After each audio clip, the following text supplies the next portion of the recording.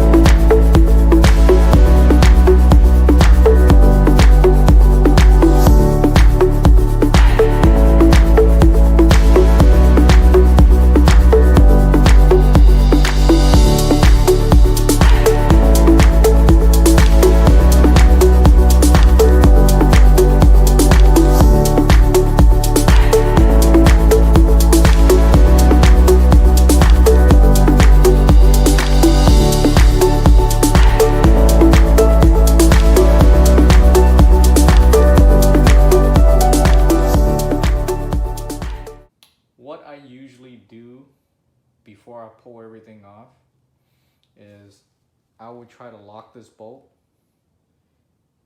and loosen this bolt, or vice versa. Loosen it up first before you loosen up the tensioner, because once you loosen up the tensioner, nothing is holding the other gear. You don't need any special tool for this part.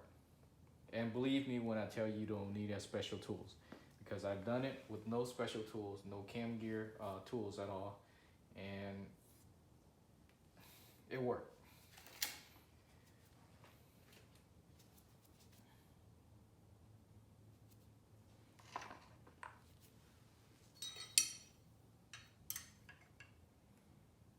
Let's see how I did it before.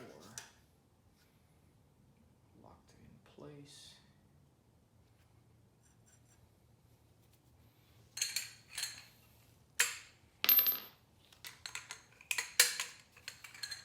I know there's a tool for this, but I choose not to use it because I rarely do motor work anymore, unlike in the past.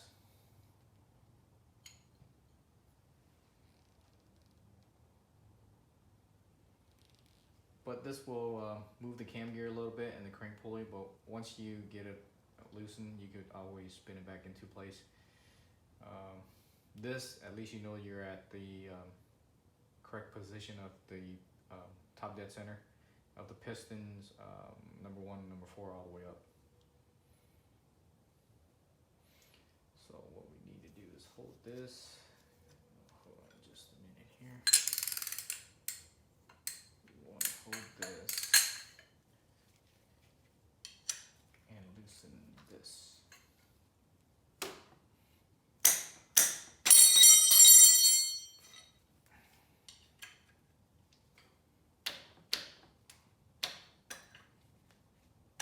See, that's loosened.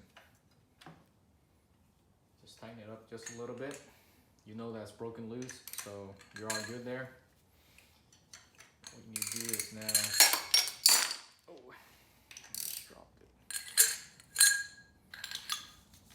What you need to do now is to hold it, tighten it, and loosen this side here. Just like that. No special tools needed, guys. Sometimes it requires a little creativity. You get it to work. No biggie. No biggie at all. So put the crank pulley back on and rotate it. Of course you need to cover it.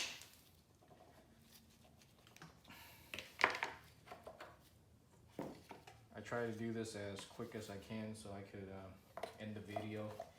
It doesn't take up too much of the time.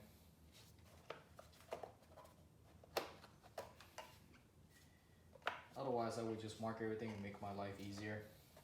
I don't gotta remove this, cover multiple times. See? And that's it. All you do is just rotate the bottom. Well, since this here, I'll just take out I'll just hold the cam in place and just remove the bolt. See, just like so. Make sure you do not lose this pin, the cam pin, or they have a word for it, I think it's a cam guide. So those are the 2 pin that is in there, don't lose it. What you need to do now is usually you just leave it in there and then pop this out first. You want to pop the idler out, the tensioner, the timing tensioner.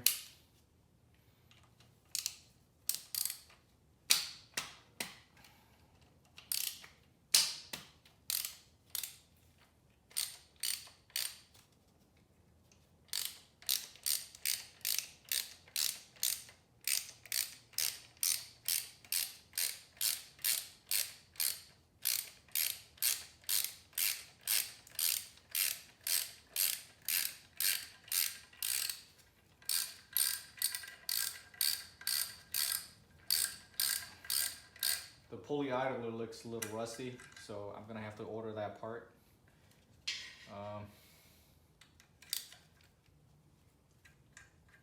Prime has it, a couple other websites has it.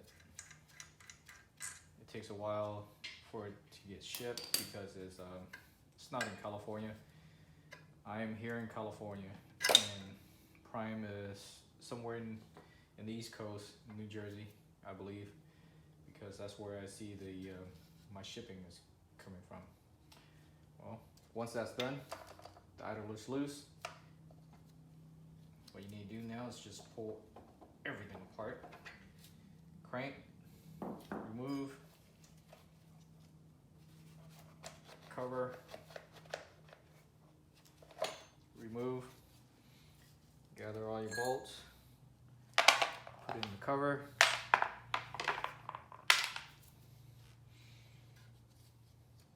Everything is at TDC. Go ahead and just move your belt.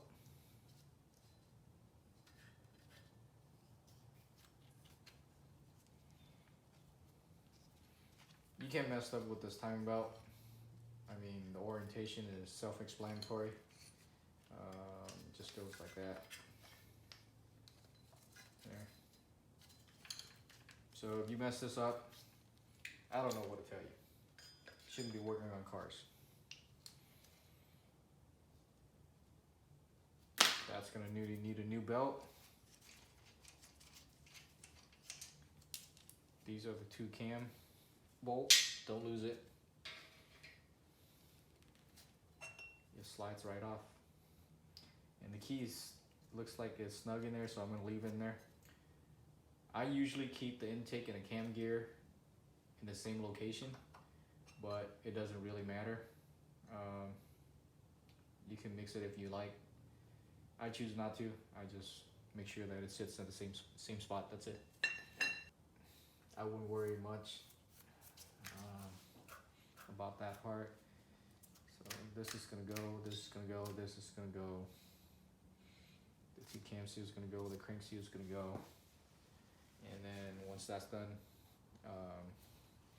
on my previous video on the Gen 3, I showed you guys how I compress this.